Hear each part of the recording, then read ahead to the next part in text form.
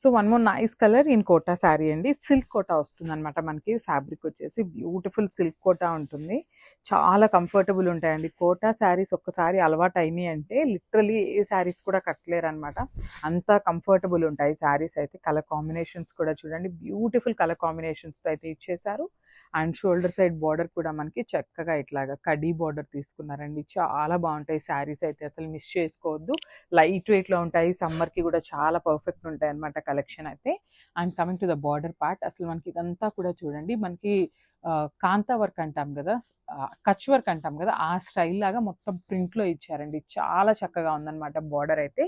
And దాని మీద కూడా మనకి పేపర్ మిర్రర్స్తో వర్క్ అయితే ఉంటుంది, followed by the scallop border.